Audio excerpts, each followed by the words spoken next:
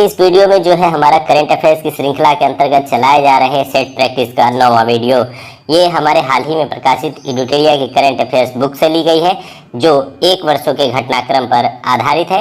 इसकी श्रृंखला में आज हम लोग पढ़ेंगे 9वें सेट को। उम्मीद करते हैं कि ये श्रृंखला आपको पसंद आ रही होगी और ये वीडियो भी आपको काफ़ी पसंद आएगा।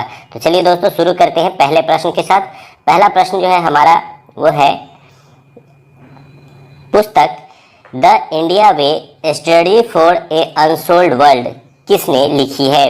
तो सबसे पहले हम लोग इसका उत्तर जानते हैं। इसका सही उत्तर है एस जयशंकर। एस जयशंकर द्वारा ये पुस्तक लिखी गई है। एस जयशंकर कौन है? तो वर्तमान में ये भारत के विदेश मंत्री है और एस जयशंकर राज्यसभा के गुजरात राज्य से सदस्य बने थे और नए लोकसभा के गठन के बाद जो मंत्रिमंडल बनाया गया था उसमें इन्हें विदेश मंत्री का पद दिया गया था। आते हैं दूसरे प्रश्न की ओर। हाल ही में भारतीय नौसेना ने हिंद महासागर में किस देश के साथ एक अस्थायी अभ्यास पासेक्स किया? ये युद्धाभ्यास जो है ये भारत और अमेरिका नौसेना के बीच जो है जुलाई 2020 में आयोजित किया गया। तो आप इसे याद रख सकते हैं कि भारत एवं अमेरिकी नौसेना के बीच जो है पासेक्स नाम से जो है यह युद्धाभ्यास किया गया। यह युद्धाभ्यास जो है एक अस्थायी नौसैनिक युद्धाभ्यास था जो हिंद महासागर में आयोजित किया गया। आते हैं तीसरे प्रश्न की ओर। गुलबेकियन पुरस्कार 2020 से किसे सम्मानित किया गया? गुलबेकियन पुरस्कार 2020 से सम्मानित किया गया है। यह पुरस्कार ग्रेटा थनबर्ग को दिया गया है। ग्रेटा थनबर्ग हाल ही में काफ़ी चर्चित रही हैं। ये स्वीडन की 17 वर्षीय जलवायु परिवर्तन कार्यकर्ता हैं और जलवायु के परिवर्तन के खिलाफ इन्हें आवाज़ उठाने के लिए ही गुलबेकिन पुरस्कार 2020 से सम्मानित किया गया है। इससे पहले उन्हें कई अन्य पुरस्कार जैसे अंतर्राष्ट्रीय बाल शांति पुरस्कार से भी सम्मानित किया जा चुका है। इसके अलावा और बता दें कि अभी जो उन्हें गुलबेकियन पुरस्कार दिया गया है इसके तहत उन्हें 1 मिलियन यूरो की पुरस्कार राशि भी दी गई है।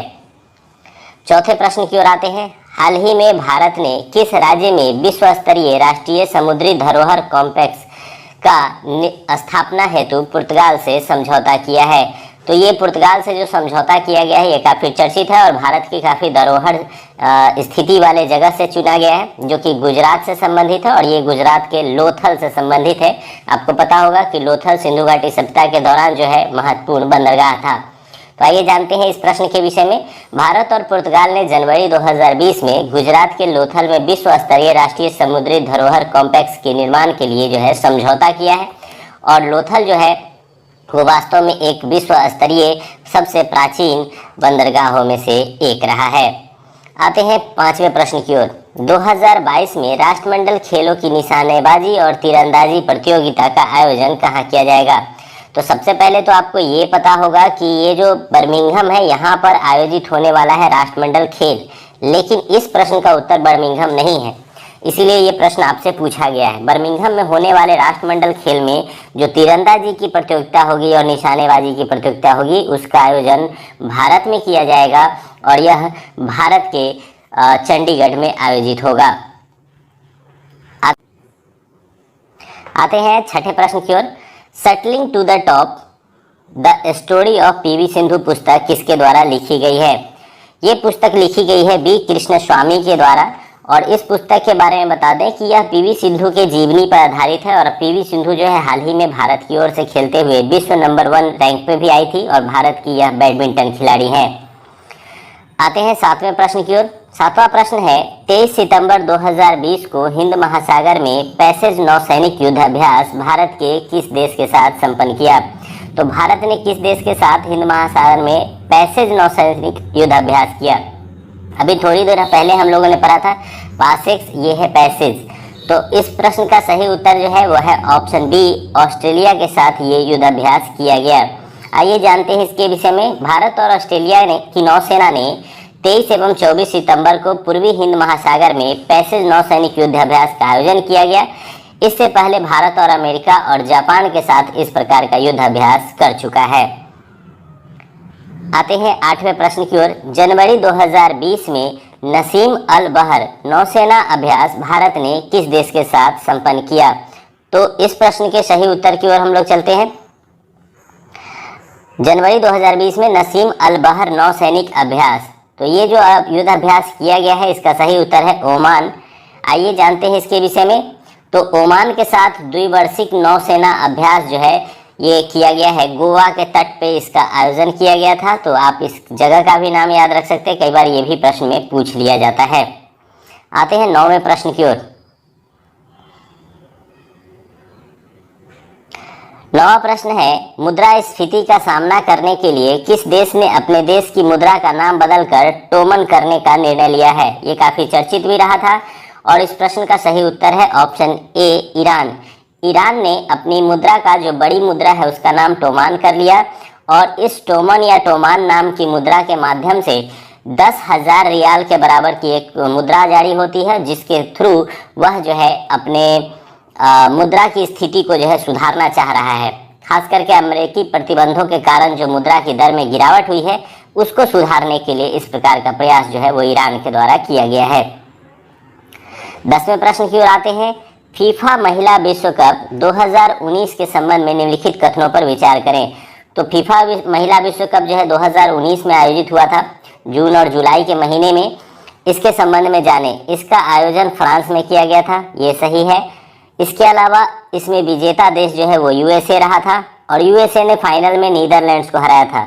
ये कथन सभी के सभी सही हैं और तीनों ही कथन सही है। इसके अलावा मैं आपको एक जानकारी दे दूं कि 2019 के बाद अब जो 2023 में फीफा महिला विश्व कप आयोजित होगा वो ऑस्ट्रेलिया तथा न्यूजीलैंड में संयुक्त रूप से आयोजित किया जाएगा।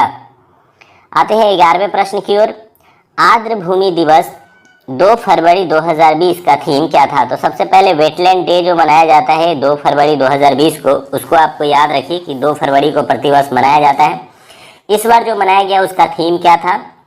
तो इसका थीम था वेटलैंड एंड बायोडाइवर्सिटी। तो वेटलैंड एंड बायोडाइवर्सिटी, आर्द्र भूमि और जैव विविधता जो है इसका थीम था। इसे आप जरूर याद रखें, यहाँ से प्रश्न बन सकते हैं। इसके अलावा बता दूं आपको कि आर्द्र भूमि जो है इसलिए महत्वपूर्ण है, 1971 में एक सम्मेलन हुआ था जिसे रामसर समझौते के रूप में जाना जाता है और उसी की संकल्पना के तहत 1997 से वेटलैंड डे मनाने की घोषणा की गई और 1997 से प्रतिवर्ष जो है इसे मनाया जा रहा है और उसी समय से ये शुरू हुई थी श्रृंखला जो वर्तमान में भी जारी है। 12वें प्रश्न की ओर आते हैं। आर्थिक सर्वेक्षण 2020 के अनुसार 2024-25 तक $5 ट्रिलियन की अर्थव्यवस्था बनाने के लिए भारत को कितने डॉलर खर्च करने होंगे?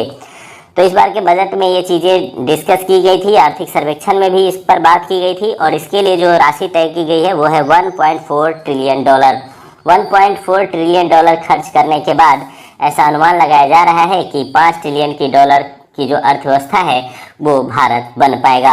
हालांकि इसके लिए उसे प्रतिवर्ष 8% की दर से विकास दर दर्ज करनी होगी, जो कोविड के कारण परेशानी में फंस गया है। 13वें प्रश्न की ओर आते हैं।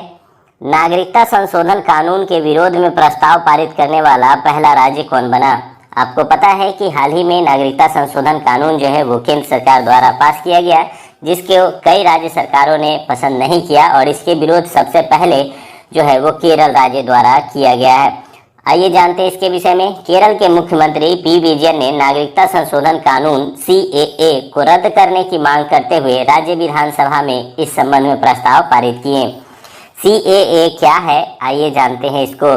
CAA वास्तव में एक प्रकार का नागरिकता से संबंधित संशोधन कानून है, जिसके तहत बांग्लादेश, पाकिस्तान और अफगानिस्तान से आने वाले वैसे शरणार्थी जो निम्नलिखित 6 समुदायों से संबंधित है और 31 दिसंबर 2014 से पहले आ चुके हैं, उन्हें भारत की नागरिकता दी जाएगी। इन समुदायों में हिंदू, जैन, सिख, बौद्ध, पारसी और ईसाई शामिल हैं। इसके लिए एक और बात महत्वपूर्ण है जो याद ध्यान रख सकते हैं। अब इन्हें भारत में मात्र 5 साल रह चुके लोगों को नागरिकता दे दी जाएगी, जबकि इससे पहले यह अवधि 11 वर्ष मानी जा रही थी। आते हैं 14वें प्रश्न की ओर। 14वां प्रश्न है, किस देश ने दुनिया का सबसे छोटा सोने का सिक्का बनाया है? तो हाल ही में ये चर्चा में रहा था और ये छोटा सोना का सिक्का जो है वो स्विट्जरलैंड के द्वारा बनाया गया है। स्विट्जरलैंड ने दुनिया का सबसे छोटा सोने का सिक्का जारी किया, जिसका व्यास मात्र 2.96 मिलीमीटर रहा और इस सिक्के पर मशहूर वैज्ञानिक अल्बर्ट आइंस्टीन का चित्र बनाया गया है। 15वें प्रश्न की ओर आते हैं। बजट 2020 के अनुसार तेजस ट्रेन की तरह कितना प्राइवेट ट्रेन चलाने की जो है कितने प्राइवेट ट्रेन चलाने की जो है घोषणा की गई है।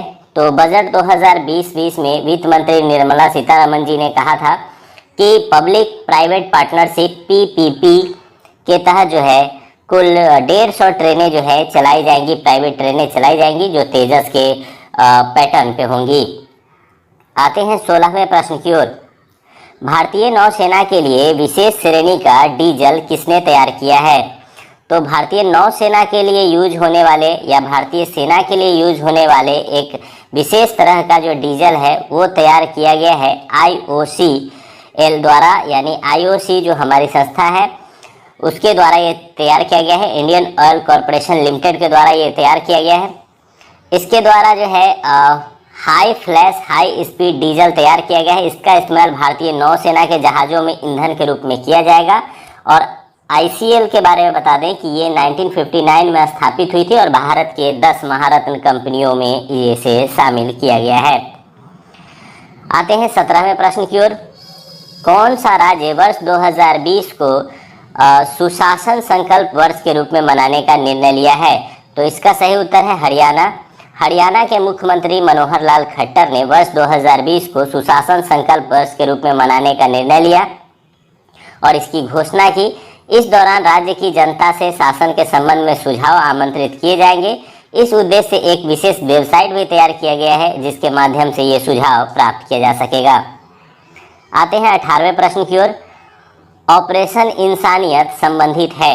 ऑपरेशन इंसानियत का संबंध किस क्षेत्र से है, इसके संबंध में प्रश्न पूछा गया है। आपने ये प्रश्न कई बार पढ़ा होगा और ये संबंधित है रोहिंग्या शरणार्थियों की मदद से। क्या है ये घटनाक्रम, आइए जानते हैं।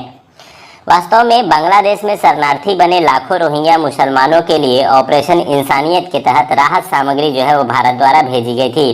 भारत ने बांग्लादेश को 7000 टन राहत सामग्री भेजी। और रोहिंग्या शरणार्थी समस्या क्या है, तो म्यांमार में रहने वाले रोहिंग्या समुदायों को वहां पर होने वाले एक हिंसक विरोध के बाद उन्हें अपना घर छोड़ना पड़ा, जो शरणार्थी बन के वर्तमान में बांग्लादेश में शरण लिए हुए हैं। 19वें प्रश्न में आते हैं। पुस्तक द टेक विस्पर के लेखक कौन है।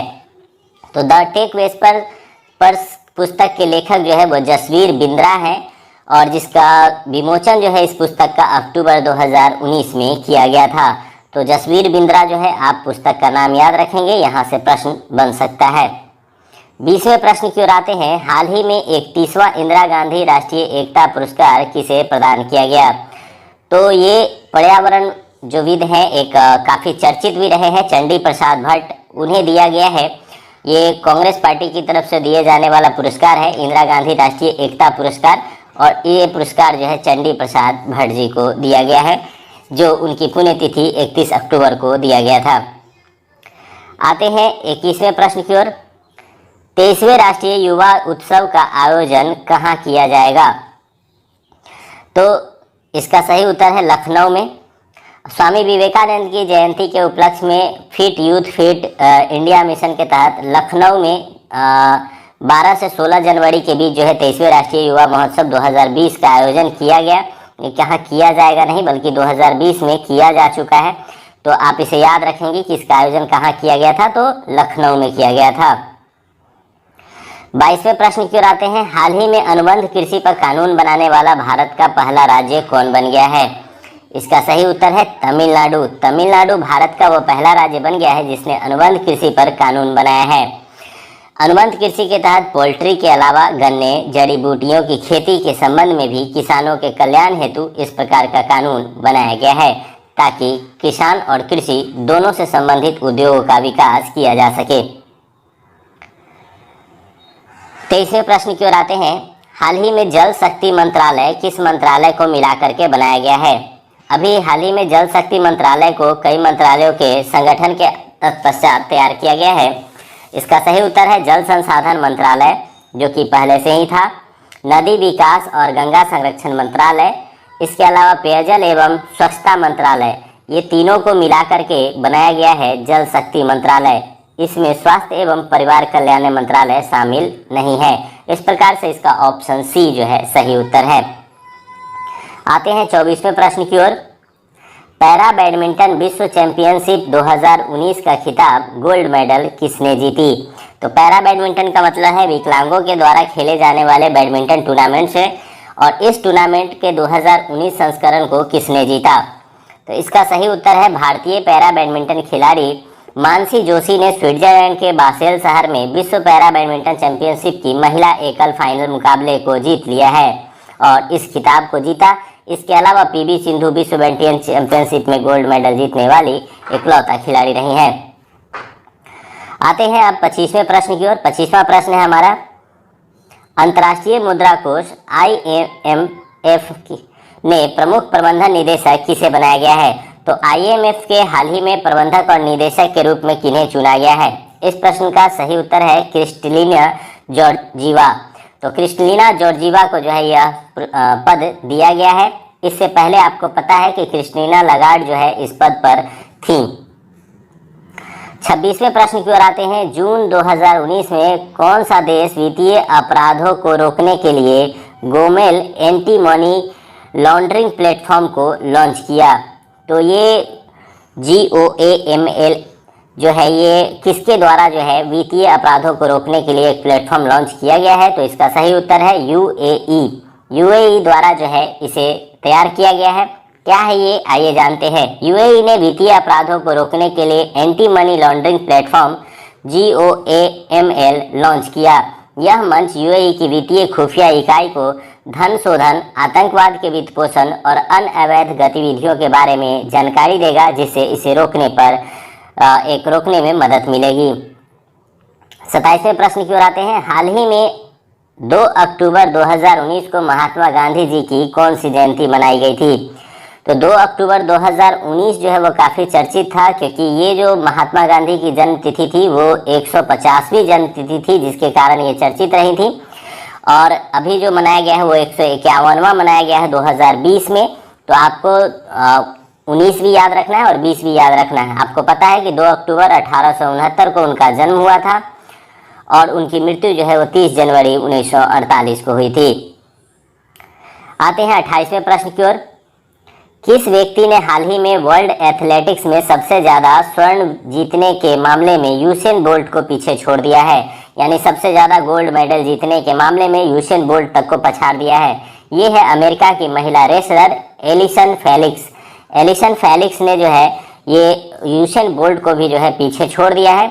उसने हाल ही में दोहा में आयोजित होने वाले वर्ल्ड एथलेटिक चैंपियनशिप में जो है 4x400 मीटर में स्वर्ण पदक जीत करके कुल 12 स्वर्ण पदक जीते और उसने 11 स्वर्ण पदक जीतने वाले यूसेन बोल्ट का रिकॉर्ड तोड़ दिया। आते हैं 29वें प्रश्न की ओर। विश्व बॉक्सिंग चैंपियनशिप में सिल्वर मेडल प्राप्त करने वाले भारत के पहले पुरुष मुक्केबाज कौन बन गए हैं? तो विश्व चैंपियनशिप में पहली बार किसी भारतीय मुक्केबाज ने सिल्वर मेडल जीता है और वो कौन है? तो आइए जानते हैं। ये है अमित पंघाल। अमित पंघाल जो है इसके विजेता रहे हैं और भारत के मुक्केबाज अमित पंघाल सितंबर 2019 में रूस में आयोजित वर्ल्ड चैंपियनशिप में सिल्वर मेडल हासिल करने वाले भारत के पहले मुक्केबाज बन गए हैं। अमित पंघाल को फाइनल मुकाबले में रियो ओलंपिक के स्वर्ण पदक विजेता उज्बेकिस्तान के मुक्केबाज शाखोबिदीन ने हराया था। आते हैं 30वें प्रश्न की ओर। रक्षा प्रदर्शनी डिफेंस एक्सपो 2020 का आयोजन कहाँ किया गया? तो रक्षा प्रदर्शनी डिफेंस एक्सपो 2020 का आयोजन जो है ये किया गया था उत्तर प्रदेश के लखनऊ में। तो इसका सही उत्तर जो है वो लखनऊ है।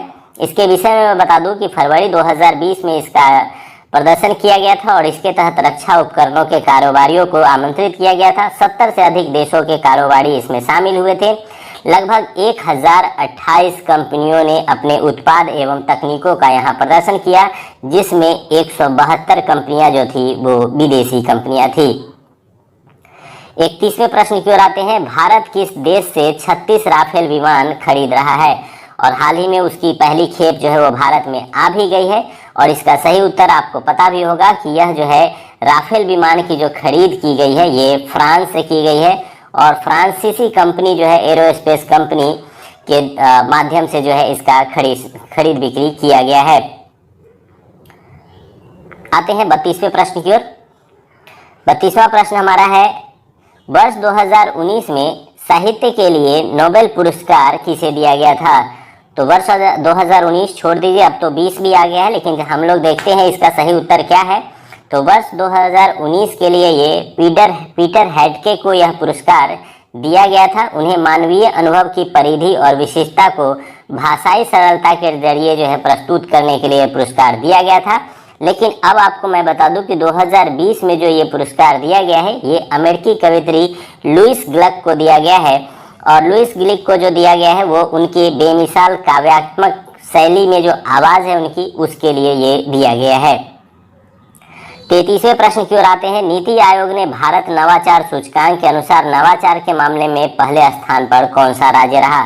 तो ऐसा राज्य जो नवाचार को प्रोत्साहित करता है, उस राज्यों की सूची नीति आयोग के द्वारा निकाली गई और इस सूची में जो पहला स्थान दिया गया है वो कर्नाटक राज्य को दिया गया है। कर्नाटक राज्य जो है वो शीर्ष स्थान पर रहा, जबकि दूसरा स्थान तमिलनाडु को प्राप्त हुआ है। आते हैं 34वें प्रश्न की ओर। प्रो कबड्डी लीग 7 का खिताब किसने जीता? आपको पता होगा कि आजकल के दौर में कई ऐसे आयोजन किए जाते हैं खेल से संबंधित जो लीग प्रतियोगिता कहलाते हैं। जैसे IPL क्रिकेट से संबंधित है, उसी प्रकार से कबड्डी से संबंधित है प्रो कबड्डी लीग। इसका 7वां आयोजन हाल ही में संपन्न हुआ था और इस 7वें आयोजन का खिताब जो है वो बंगाल वॉरियर्स ने जीता है। और इस बंगाल वॉरियर्स ने फाइनल मुकाबले में दबंग दिल्ली की टीम को हरा करके ये खिताब जीता।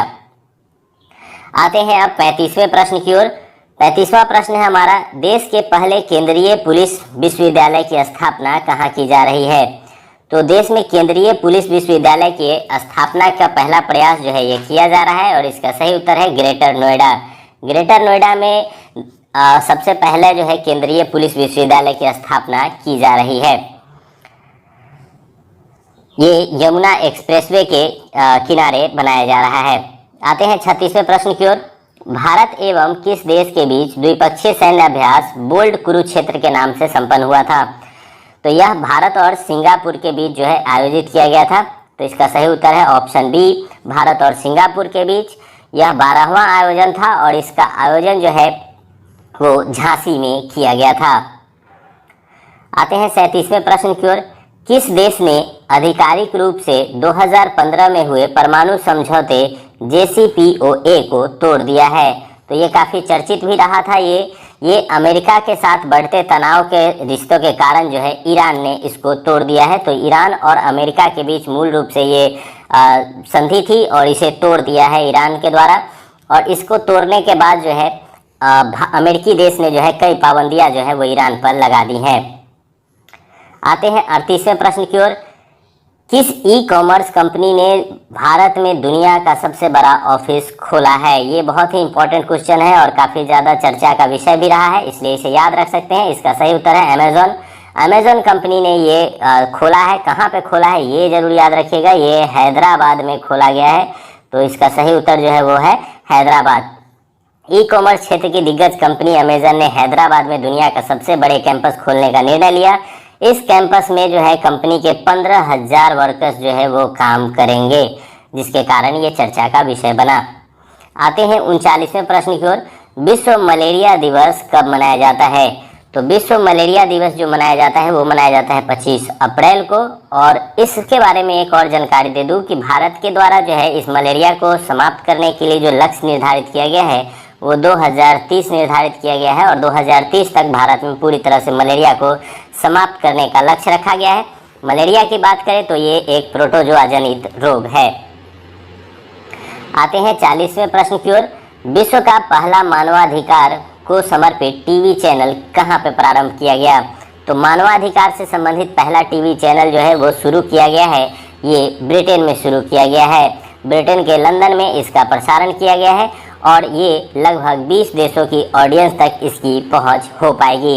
ये ह्यूमन राइट्स को बढ़ावा देने के लिए किया जा रहा है। 41वें प्रश्न की ओर आते हैं। भारतीय अंतरिक्ष अनुसंधान संगठन इसरो ने किस वर्ष तक अंतरिक्ष में खुद को स्पेस स्टेशन बनाने का निर्णय लिया है? तो भारतीय अंतरिक्ष अनुसंधान संगठन इसरो द्वारा खुद का अपना स्पेस स्टेशन बनाने का निर्णय लिया गया है और यह निर्णय लिया गया है कि 2030 तक अपना एक स्पेस स्टेशन तैयार कर लिया जाएगा।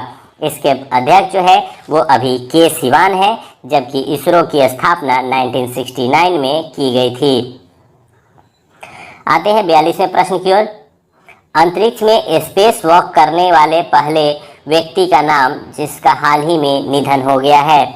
तो ये अंतरिक्ष में 1965 में चहलकदमी करके लौटे थे। ये सोवियत संघ रूस से संबंधित थे और इनका जो नाम है वो है ऑप्शन 2 एलेक्सन लियोनोव। इनकी हाल ही में मृत्यु हो गई है 85 वर्ष की आयु में और ये सबसे पहले अंतरिक्ष में चहलकदमी करने वाले रूस के व्यक्ति थे।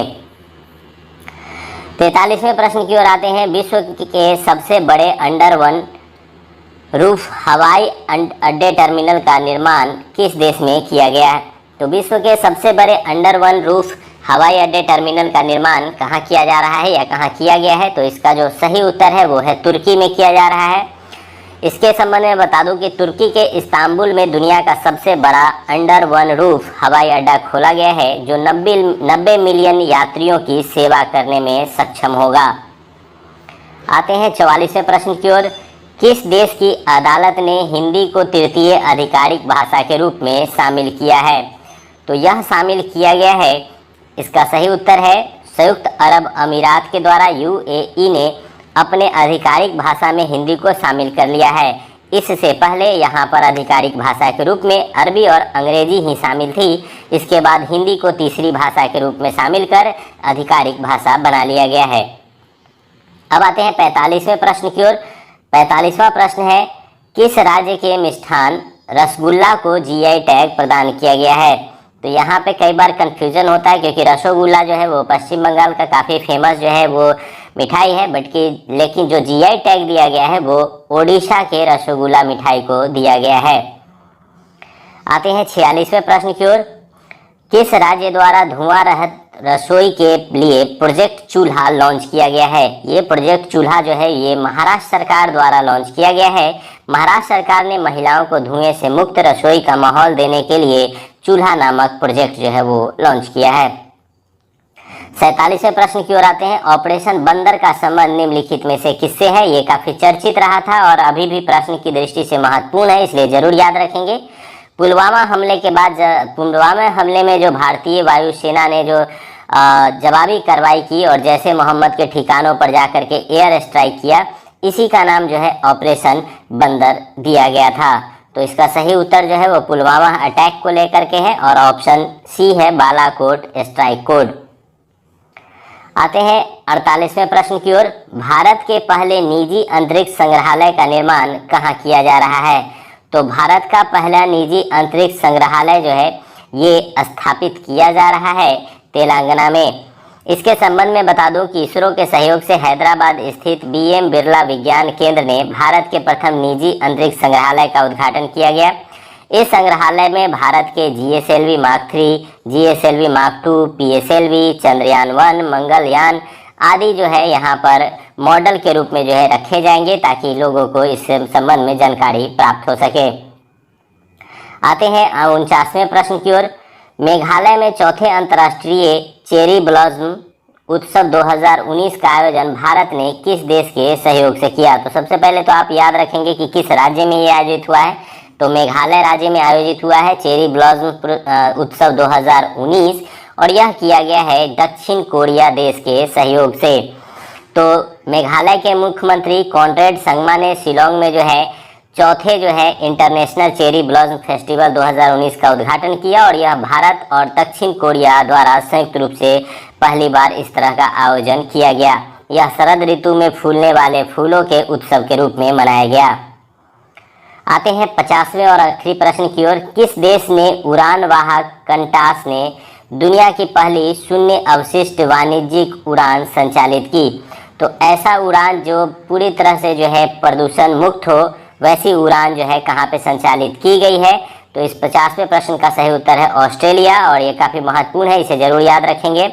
ऑस्ट्रेलियाई उड़ान वाहक क्वांटास ने सिडनी से एडिलेड के लिए QF739 नामक जो है दुनिया की पहली शून्य अवशिष्ट यानी जो कचरा बिल्कुल भी नहीं छोड़ती हो वैसी वाणिज्यिक उड़ान संचालित की और जिससे कचरे पर निपटान और उस पर नियंत्रण संभव हो सकेगा। तो ये प्रश्न जो है वो ऑस्ट्रेलिया से संबंधित है और काफ़ी इम्पोर्टेंट है, ये आपके एग्जाम के लिए महत्वपूर्ण हो सकता है। उम्मीद करते हैं कि आज के इस 50 प्रश्नों की श्रृंखला आपको पसंद आई होगी और इसके उत्तर और इसकी व्याख्या को आप लोगों ने ध्यान से सुना होगा। इसे पेन डाउन जरूर करेंगे, अपने बुक्स के PDF पे जरूर लिखेंगे।